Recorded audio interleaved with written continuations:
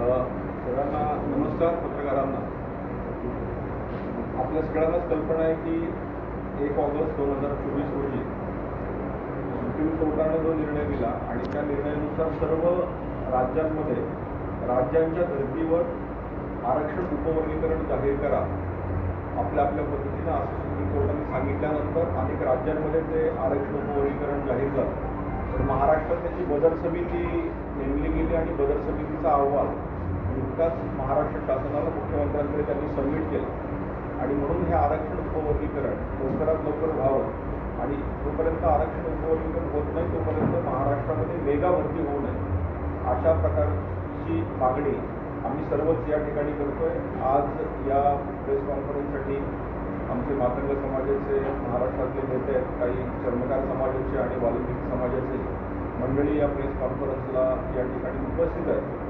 आणि या प्रेसच्या माध्यमातून आम्ही हीच मागणी करतोय सरकारकडे की हे आरक्षण उपवर्गीकरण जे डॉक्टर बाबासाहेब आंबेडकर यांचा समतेचा विचार होता तो महाराष्ट्रात प्रस्थापित होण्यासाठी जे वंचितातले वंचित आहेत त्यांना ह्या उपवर्गीकरणाचा अजूनपर्यंत लाभ झालेला नाही आहे. त्या लाभाचा खऱ्या अर्थानं उपयोग या उपवर्गीकरणाद्वारे होऊ शकतो. म्हणून हे उपवर्गीकरण आपण लवकरात लवकर जाहीर करावं यासाठीची आज प्रेस कॉन्फरन्स आहे.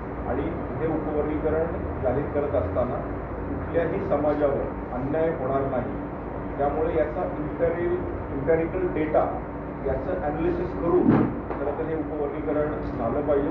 लोकसंख्येचा जर आपण विचार केला तर 1961 साली आणि नंतर 2011मध्ये ही लोकसंख्या जी अनुसूचित जातीची आहे ती नोंदली गेली, पण त्याच्यामध्ये तफावत आढळते. त्यामुळं कोर्टानं सांगितल्याप्रमाणे लोकसंख्येपेक्षा आपण इम्पॅरिकल डेटा नोकरीतला आणि त्याचबरोबर शिक्षणातला तो आपल्याकडे शासनाने जमा करून त्याद्वारे आरक्षण उपवर्गीकरण जाहीर करावं अशी आमच्या सर्वांची मागणी आहे.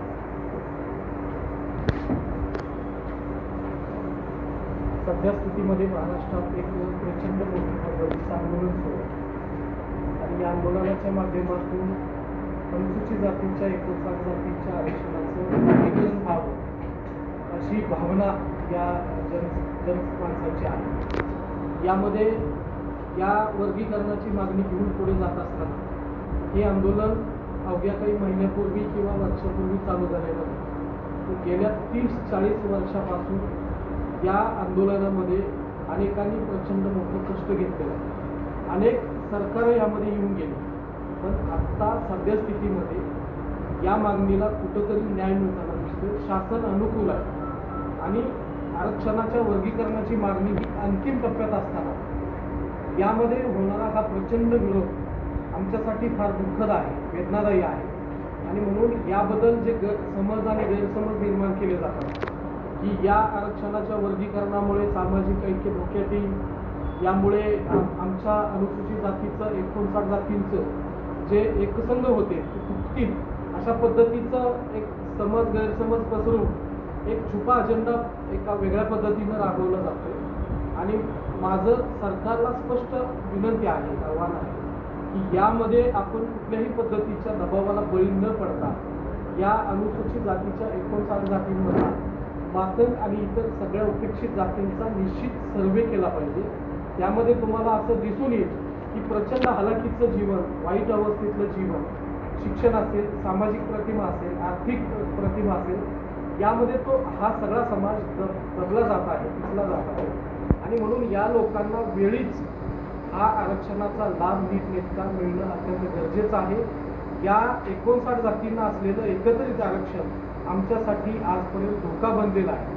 म्हणजे मी अगदी सोप्या शब्दामध्ये उदाहरण द्यायचं तर की अगदी आरक्षणाची खिचडी एका पातेल्यामध्ये शिजलेली आहे, पण दणकट आणि मजबूत लोक पुढे जाऊन धक्का मारून ताट भरून घेत आहेत आणि कमजोर दुबळे लोक मागे राहत आहेत. आम्हाला आमची निंदा केली जाते, आमची थट्टा केली जाते, चेष्टा केली जाते की आम्ही व्यसनी आहोत, अंधश्रद्धेमध्ये गुरफटलेले आहोत, आमच्यामध्ये कोणीही शिकलेलं नाही आहे. अशा पद्धतीनं आमची अवहेलना आमच्याच बांधवांच्याकडून होते.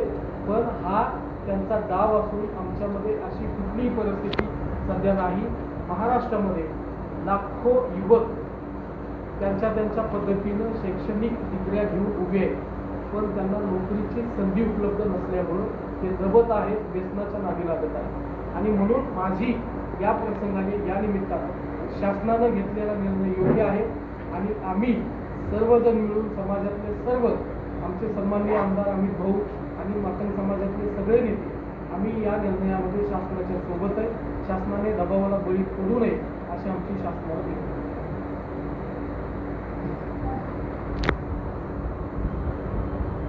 महाराष्ट्र राज्यामध्ये गेल्या 40-45 वर्षापूर्वी अनुसूचित जाती आरक्षण वर्गीकरणाच्या संदर्भाने सामाजिक न्यायाची लढाई चळवळ जी सुरू झाली 1 ऑगस्ट 2024ला न्यायमूर्ती आनंद बदर समितीनं या ठिकाणी गेल्या 16 मार्चला आपला अहवाल सादर केला आणि या अहवालानुसार अनुसूचित जाती आरक्षण वर्गीकरण तात्काळ व्हावं या अनुषंगानं आज सर्वत्र या राज्याचे मुख्य सचिव राजेशजी अग्रवाल यांच्या अध्यक्षतेखाली जी समिती नेमल्या गेली त्या समितीकडे ईमेलद्वारे हरकती किंवा सूचना देण्याचं काम जे सुरू आहे ते सर्वत्र होत असतानाच आज राज्यामध्ये अनुसूचित जाती अंतर्गत येणारा जो मोठा घटक आहे जवळजवळ 59 जाती ज्या आहेत त्याच्यामधील जवळजवळ आज सर्वत्र चर्चा होत असताना ही मागणी फक्त एका जातीची आहे, एका घटकाची असं बोलल्या जात आहे. परंतु या कॉन्फरन्सच्या माध्यमातून आम्ही स्पष्ट करू इच्छितो की ही मागणी फक्त एका जातीची नसून भारतीय राज्यघटनेनं जी घटनादत्त आपल्याला अधिकार दिलेत अनुसूचित जातीला तर त्या जातीचं आजपर्यंत वेगवेगळ्या ठिकाणी ज्या ठिकाणी आवश्यक लाभ मिळाला पाहिजे होता त्या लाभापासून संधीपासून सोयी सवलतीपासून सुविधापासून हा समाज वंचित आहे. जवळजवळ 54 ते 55 जाती घटक असे आहेत अनुसूचित जातीतले की त्यांचं आज नोकरीचं प्रमाण असू देत किंवा सोयी सवलती लाभ घेण्याचं प्रमाण असू देत कुठेही आपल्याला त्यांना लाभ मिळालेला दिसत नाही. म्हणून खास करून या ठिकाणी संविधानानं जी तरतूद केली परमपूज्य डॉक्टर बाबासाहेब आंबेडकरांना अपेक्षित असणारी सामाजिक समता प्रत्यक्षात उतरवण्यासाठी संधीची समानता उपलब्ध करून देण्यासाठी आणि भारतीय राज्यघटनेच्या प्रास्ताविकामध्ये ज्या तरतुदी या ठिकाणी नमूद केलेल्या आहेत त्यानुसार संधी निर्माण करून देण्याचं काम राज्य सरकारला या ठिकाणी 1 ऑगस्ट 2024च्या निर्णयाद्वारे या ठिकाणी सर्वोच्च न्यायालयाने या ठिकाणी दिलेलं आहे. खरं तर महाराष्ट्र हा पुरोगामी असल्याचं सर्व ठिकाणी बोलल्या जातात परंतु अनुसूचित जातीच्या अनुषंगानं किंबहुना या पीडित शोषित उपेक्षित दलित समाजाच्या वतीनं या ठिकाणी खरंच या पुरोगामित्वावर प्रश्नचिन्ह उपस्थित केल्यासारखी परिस्थिती आहे.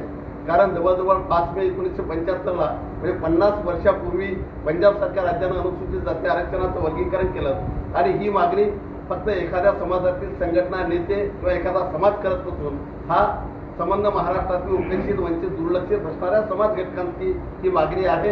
आणि ही मागणी करत असताना महाराष्ट्राची निर्मिती 60ला झाली आणि 61ला बी डी देशमुख समिती जी या अनुषंगाने निर्माण झाली मग 61 पासून मग BN लोकूर कायदा मंत्रालयाचे सचिव BN लोकूर समिती असू देत किंवा उषा मेहरा आयोग असू देत रोहिणी आयोग असू देत या राज्यातला लहुजी साळवे अभ्यास आयोग असू देत वेगवेगळ्या समित्या असू देत म्हणजे जवळजवळ केंद्राने या राज्यातल्या विविध राज्यांनी जवळजवळ डझनभरापेक्षा सर्वोच्च न्याय प्राधिकरणामध्ये ज्यांनी आपलं आयुष्य खर्ची घातलं संविधानावर ज्यांनी काम केलं न्यायदानाच्या प्रक्रियेमध्ये महत्त्वाची भूमिका निभावली अशा उच्च न्यायालय सर्वोच्च न्यायालयामध्ये ज्यांनी काम केलं अशा वेगवेगळ्या न्यायमूर्तीच्या माध्यमातून हे देशातले विविध डझनभरापेक्षा जास्त आयोग आणि वेगवेगळ्या केंद्र आणि राज्य सरकारच्या समित्यानं या आरक्षण वर्गीकरणाची शिफारस केलेली आहे. म्हणून ही मागणी एखाद्या व्यक्तीची संघटनेची किंवा समाजाची नसून ही उपेक्षित संपूर्ण समाज घटकांची आहे आणि घटनादत्त ही मागणी करत असताना सर्वोच्च न्यायालय म्हणजे भारतीय राज्यघटना म्हणजे लोकशाही आणि म्हणून लोकशाहीमध्ये खऱ्या अर्थानं आज जे सर्वोच्च न्यायालयानं निर्देश राज्याला दिलेले आहेत तर कोणतीही राज्य सरकारने या ठिकाणी विलंब न करता या उपेक्षित वंचितांच्या मागासलेपणाचा लोकसंख्येचा आदरणीय अमितजी गोरखे साहेब सातत्यानं सांगत असतात आमची नेते मंडळी सांगत असतात. खरं तर लोकसंख्येच्या प्रमाणात पर भारतीय राज्यघटनेनं आरक्षणाचा उल्लेख करत असताना किंवा निर्देश देत असताना फक्त राजकीय आरक्षण जे विधिमंडळ किंवा लोकसभा याच्यामध्ये अनुच्छेद कलम 330 आणि 332 नुसार राखीव जागा लोकसंख्येच्या प्रमाणात सांगितलेलं आहे. राज्याचं बजेट हे लोकसंख्येच्या प्रमाणात सांगितलेलं आहे. मात्र आरक्षणाची भूमिका नमूद करताना भारतीय राज्यघटनेनं परमपूज्य डॉक्टर बाबासाहेब आंबेडकरांनी ती पुरेशा प्रमाणात हा शब्द वापरलेला आहे. पुरेसं प्रतिनिधित्व आणि म्हणून त्यामध्ये आरक्षणाची अंमलबजावणी करत असताना न्याय देत असताना मागासलेपणाची ही कसोटी अत्यंत महत्वाची आहे. कारण या देशातली पहिली जी अनुसूची तयार झाली 1950ला, तर त्या अनुसूचीमध्ये जो निकष जो लावण्यात आला होता त्याच्यामध्ये अनुसूचित जातीमध्ये अस्पृश्यता आणि मागासलेपण, अस्वच्छते, विकासाची कामं या गोष्टी ज्या विचारात घेतलेल्या आहेत, तर निश्चितपणानं आज या समाजामध्ये अनुसूचित जातीतील मोठ्या घटकामध्ये, जाती घटकामध्ये जवळजवळ सर्वच घटकामध्ये या ठिकाणी आज मागासलेपण आहे. त्यांना लाभापासून ते कोसू दूर आहेत. म्हणून आजच्या घडीला स्वातंत्र्याच्या 75 वर्षानंतर सुद्धा या फुले शाहू आंबेडकरांच्या महाराष्ट्रामध्ये न्याय मिळावा अशी या आनंद बदल समितीच्या अहवालाच्या माध्यमातून त्या उपेक्षित, वंचित, दुर्लक्षित, शोषित घटकाला अपेक्षा निर्माण झालेली आहे. आणि निश्चितपणानं आज महाराष्ट्र शासनानं गेल्या 2-5 वर्षामध्ये जी सकारात्मक या विषयाच्या अनुषंगानं पावलं टाकलेली आहेत ते अत्यंत समाधानकारक या ठिकाणी दिसत आहेत. मात्र वेगळ्या अनुषंगानं ही मागणी पुढे जात असताना काही घटक या ठिकाणी परमपूज्य डॉक्टर बाबासाहेब आंबेडकरांनी निर्माण केलेल्या आणि दृष्टी असलेल्या संविधानिक तरतुदीला या ठिकाणी वेगळ्या अनुषंगानं या ठिकाणी विरोध होत आहे. ही भूमिका अत्यंत दुर्दैवी आहे. आणि त्याचबरोबर मी तर या ठिकाणी या प्रेसच्या माध्यमातून नमूद करेन की ही मागणी करत असतानाच आज या ठिकाणी महाराष्ट्र राज्यामध्ये लोकसंख्येच्या प्रमाणात बजेट असावं अशी तरतूद आहे. मात्र दुर्दैवानं आजच्या बजेटपर्यंत सुद्धा, या वर्षाच्या बजेटपर्यंत सुद्धा या राज्यामध्ये राज्याच्या निर्मितीपासून आजपर्यंत नवबौद्ध म्हणजे 61ला जी जनगणना झाली, जी अस्पृश्यतेचा क्रायटेरिया होता त्यानुसार 61च्या जनगणनेनुसार नवबौद्ध हा घटक अनुसूचित जातीच्या लोकसंख्येमधून वगळला गेला.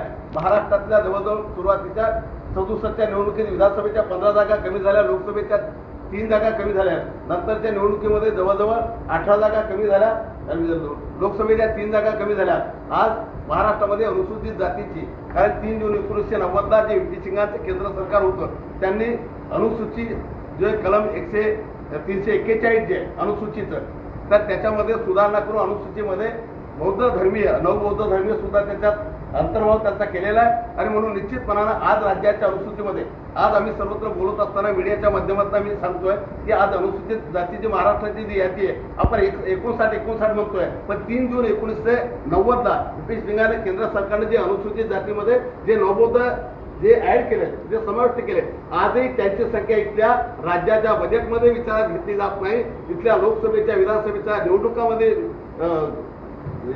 ग्राह्य धरल्या जात नाही. आणि म्हणून ही संख्या ग्राह्य न धरल्यामुळं एकूण अनुसूचित जातीच्या सोयी सवलती, सुविधा, निधी आणि संधी या सगळ्या ठिकाणी त्याचा परिणाम झालेला आहे. म्हणून मातंग समाजासह इतर जसे उपेक्षित, वंचित आहेत तशाच पद्धतीनं हा मोठा घटक सुद्धा म्हणजे नवबौद्ध घटक सुद्धा या ठिकाणी त्याला प्राप्त असणारा एकूण अनुसूचित जातीचा लाभ जो मिळाला पाहिजे तो या ठिकाणी मिळत नाही. म्हणून अनुसूचित जाती वर्गीकरणाचा प्रश्न येत असताना, ही चळवळ पुढे नेत असताना आमचे सन्माननीय नेते आणि समाज बांधव या ठिकाणी आग्रही, या ठिकाणी त्या समाजासह या संपूर्ण म्हणजे नवबौद्धांसह त्यांचा सुद्धा आज अन्याय झालेला आहे. कारण त्यांचं संख्यात सोयी सुविधा निधीमध्ये या ठिकाणी ग्राह्य धरलेले नाहीत, लोकसभेच्या राजकीय संधीमध्ये त्या ठिकाणी ग्राह्य धरलेले नाहीत. म्हणून ही मागणी पूर्ण होत असताना अनुसूचित जातीच्या संपूर्ण म्हणजे 59 जाती सह सर्वांनाच न्याय मिळावा अशी भूमिका आहे.